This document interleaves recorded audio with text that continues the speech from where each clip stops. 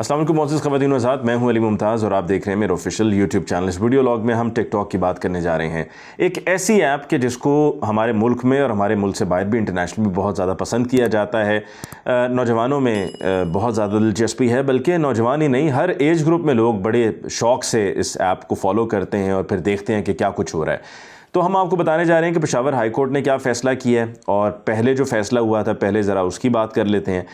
ये तय हुआ था, ये बैन लगाया गया था पेशावर हाई कोर्ट की तरफ से कि टिकटॉक की ऐप को इस्तेमाल नहीं किया जा सकता, जिसकी वजह से पाकिस्तान टेलीकॉम अथॉरिटी ने मुल्क भर में टिकटॉक पर पाबंदी लगा दी थी और कोई भी अगर टिकटॉक की ऐप को खोलता था तो आगे से उसको कुछ नहीं मिलता था। हाँ, बहुत से लोग हैं जो VPN की सहूलत इस्तेमाल करते रहे हैं, पर वो गैर कानूनी है और गैर कानूनी काम करने वालों के नताइज भी कुछ ज़्यादा अच्छे नहीं होते। हो सकता है कि उनको उस वक्त आर्जी तौर पर ढील मिल जाती हो, लेकिन बाद में जाकर फिर उनको पता चलता है कि जी हमने जो किया था वो गलत था और उसकी हम सज़ा भुगत रहे हैं। तो पहले पेशावर हाई कोर्ट की तरफ से पाबंदी आयद हुई थी, इसलिए कि उसके ऊपर काबिल एतराज़ मवाद है।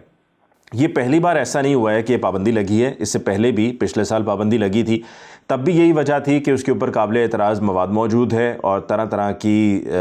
फहाश किस्म की वीडियोस बनाई जाती हैं और इस तरह से वल्गैरिटी को प्रमोट किया जाता है। तो इस तरह की चीज़ों को रोकना चाहिए और इस चीज़ की रोकथाम के लिए बहुत ज़्यादा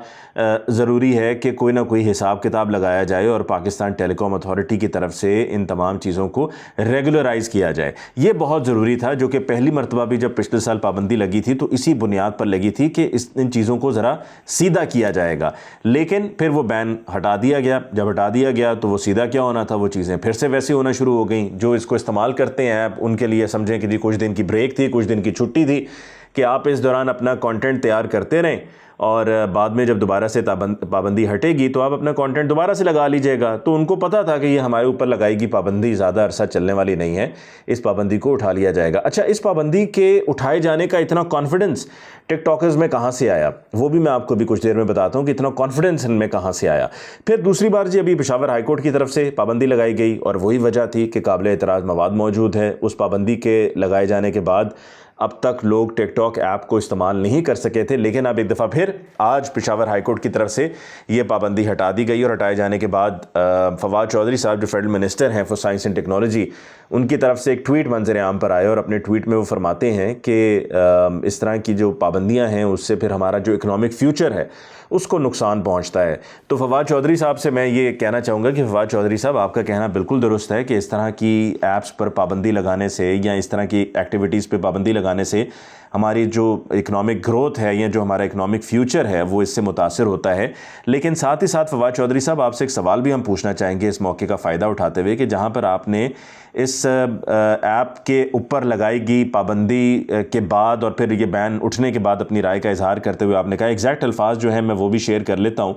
कि उनका ये कहना है कि जी we must be very careful while taking decisions that may effect economic future of Pakistan. और एक फ्रेमवर्क होना चाहिए, बिल्कुल फ्रेमवर्क होना चाहिए, जहाँ पर आप कह रहे हैं कि जी यहाँ पर पाबंदी नहीं होनी चाहिए, वहीं पर आप फेसबुक को मोनेटाइज नहीं होने दे रहे हैं। मैं तो यही कहूँगा ना कि हुकूमत मोनेटाइज नहीं होने दे रही है, क्योंकि 2.5 साल से आप हुकूमत में हैं। अगर आप समझते हैं कि ये हमारा इकनॉमिक फ्यूचर है और इस तरह की जो इंटरनेशनल इन्वेस्टमेंट है या जो बाहर से हमें रेवेन्यू भी जनरेट हो रहा होता है और फिर इन ऐप्स के ज़रिए आपको जो है वो बाहर से आमदनी भी हो रही होती है, आपके जो फॉरेन एक्सचेंज रिजर्व्स हैं उनमें भी इजाफा हो रहा होता है, तो फिर आपको चाहिए ना कि आप वो फ्रेमवर्क तैयार करें और वो तमाम तर जो कानून बनाने हैं वो बनाएं और उनको फिर उनका नफाज भी मुमकिन बनाएं, ताकि इस तरह की ऐप्स के ऊपर पाबंदी कभी ना लगे और चीज़ें जो हैं वो स्मूथ चलती रहें। और फेसबुक के ऊपर भी अब तक हमारे मुल्क में मोनेटाइजेशन नहीं हुई है, लोग पाकिस्तान के बाहर से मोनेटाइजेशन करवा के इस्तेमाल कर रहे हैं, लेकिन यहाँ पर विद इन पाकिस्तान मोनेटाइजेशन नहीं हुई है। उसके लिए भी जो सिलसिला आसान करना है, रास्ता हमवार करना है, तो वो भी हुकूमत पाकिस्तान ने करना है, आप लोगों ने करना है, आप जैसे लोगों ने करना है जो ताकत के ऐवानों में बैठे हुए हैं। कोई आम आदमी ये नहीं कर सकता है। तो फवाद चौधरी साहब का ये कहना कि जी हमारा इकनॉमिक फ्यूचर इसके साथ जुड़ा हुआ है और हमें बड़ा केयरफुल होना चाहिए कोई भी फ़ैसला करते हुए, और फिर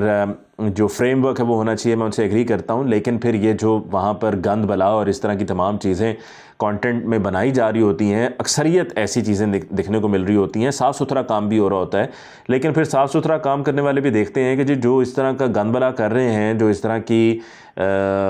नामुनासिब वीडियोस बना रहे हैं, उनको फ़ायदा हो रहा है और उनकी वीडियोस भी चल रही हैं, उनके व्यूज़ भी आ रहे हैं, उनके फॉलोअर्स भी बढ़ रहे हैं, तो फिर देखा देखी वो भी इस तरफ चल पड़ते हैं कि हमारा साफ़ सुथरा अच्छा जो कंटेंट है वो नहीं चल रहा, वो मवाद नहीं बिक रहा, ये दूसरा बिक रहा है, तो फिर हमें भी वैसा ही बना देना चाहिए। और जब बात हम करते हैं ताल्लुकात की, जो भी कुछ देर पहले मैंने कहा कि टिकटॉकर्स के बड़े ताल्लुकात हैं और यही ताल्लुकात की बुनियाद पर वो हमेशा से कॉन्फिडेंट रहे हैं कि हमें कोई रोकने वाला नहीं है, कोई टोकने वाला नहीं है, और अगर हम पर कभी कोई पाबंदी लगेगी भी तो ये पाबंदी आर्जी होगी, ये मुस्तकिल पाबंदी नहीं हो सकती है। तो उसमें एक नाम, बहुत बड़ा नाम सामने आता है और वो है हरीम शाह का।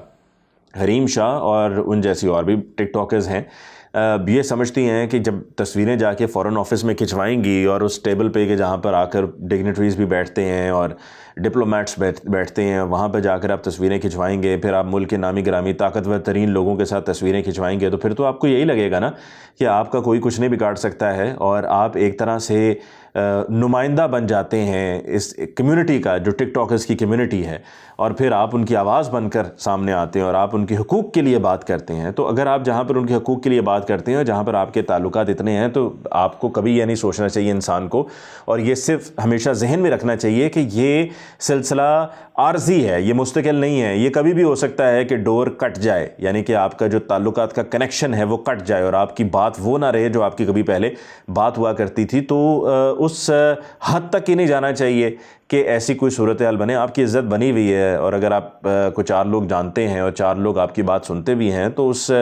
एक भरम को रहने दें। और खुदारा ये जो टिकटॉक के ऊपर बिल्कुल ही फजूल तरीन किस्म की चीज़ें बनाई जा रही होती हैं कुछ लोगों की तरफ से, इसके ऊपर एतराज़ होना चाहिए, उन तमाम लोगों पे पाबंदी लगनी चाहिए ताकि वो दोबारा से इस तरह का कोई भी काम ना करें जो कि नामुनासिब है और जो एक गंद के ज़ुमरे में आता है। और जब मैंने ये पहले पाबंदी लगी थी पेशावर हाई कोर्ट की तरफ से, तो मैंने उसी पाबंदी के लगने पर आपको कुछ मिसालें दी थी और मैंने मिसालें कोट की थी इजिप्ट की, कायरो की। इजिप्ट का जो कैपिटल है वो कायरो है, कि वहाँ कायरो में किस तरह से लोगों को सज़ाएं सुनाई गई हैं, लोगों को जुर्माने किए गए हैं इसी तरह की फहाश किस्म की वीडियोस बनाने के नतीजे में। और जब वो वीडियोस पर उनको सज़ाएं सुनाई गई हैं, जुर्माने किए गए हैं, बैन्स लगाए गए हैं, तो फिर और भी जितने लोग उस तरह की वीडियोस बना रहे थे वो बनाने से रुक गए, कि उनको पता चल गया कि अब जिस तरह देखें ना, ये मास्क को इम्प्लीमेंट करने के लिए कि हर कोई मास्क पहने, तस्वीरें रोज़ टेलीविज़न चैनल्स के ज़रिए और सोशल मीडिया पे वायरल हो रही हैं, उनको लोगों तक फैलाया जा रहा है, पहुंचाया जा रहा है, उसकी तशहीर हो रही है कि देखें जो लोग नहीं पहन रहे मास्क वो कानून की खिलाफ वर्जी कर रहे हैं, अहकामात की खिलाफ वर्जी कर रहे हैं, तो उनको सज़ाएँ भी मिल रही हैं, उनको गिरफ़्तार भी किया जा रहा है, उन पर पर्चे भी कट रहे हैं। तो वो अब करने का मकसद क्या है? मकसद ये है कि लोगों के लिए एक मिसाल कायम की जाए, उनको दिखाया जाए कि देखें ये हो रहा है, आप ये करेंगे तो आपके साथ भी यही होगा। तो टिकटॉकर्स के मामले में भी यही होना चाहिए कि एक तो पाकिस्तान टेलीकॉम अथॉरिटी को इसके ऊपर बड़ा सख्ती से काम लेना चाहिए और उन पर लाइफ टाइम बैन लगना चाहिए, और जुर्माने भी, माली जुर्माने भी होने चाहिए, फिर उसके अलावा सज़ाएँ भी होनी चाहिए, हवालात में भी जाना चाहिए, जेल भी भेजा जाना चाहिए कि जहाँ पर कोई इस तरह की खिलाफ वर्जी करता है। तो ये सब जब तक नहीं होगा तो तब तक ये सारे मामला चलते रहेंगे। मैं पहले भी जो वीडियो मैंने की थी, व्लॉग किया था मैंने, पेशावर हाई कोर्ट ने जब पाबंदी आयद की थी तो मैंने यही कहा था कि पाबंदी लगा देना मसले का हल नहीं है, जो जहाँ पर इश्यूज़ हैं उन इश्यूज़ को रिज़ॉल्व करना मसले का हल है। तो जब उन इश्यूज़ को रिज़ॉल्व कर दिया जाएगा तो फिर ये टिकटॉक हो या कोई भी ऐप हो, सब उसको बड़े आराम से इस्तेमाल करेंगे और टेक्नोलॉजी का इस्तेमाल, उसको फ़रोग़ मिलना चाहिए और उसको फ़रोग़ देना चाहिए, ना कि ये कि उस पर पाबंदियाँ लगें। लेकिन फिर जहाँ से ये तमाम चीज़ों को रेगुलराइज़ करने वाला मामला है, वहाँ पर जो लोग बैठे हुए जब अपना काम सही से नहीं करेंगे, तो फिर वो तमाम लोग जो चाहते हैं कि ये ऐप्स चलती रहें और जो चाहते हैं कि लोगों को इस तरह से एंटरटेनमेंट मिलती रहे, वो फिर उससे मायूस भी होते हैं, मुतासिर भी होते हैं। मुझे मुमताज़ को इस वीडियो लॉग से दीजिए इजाज़त। इंशाल्लाह आपकी खिदमत में नेक्स्ट वीडियो लॉग में दोबारा फिर मुलाकात होगी। अल्लाह ने के बाद।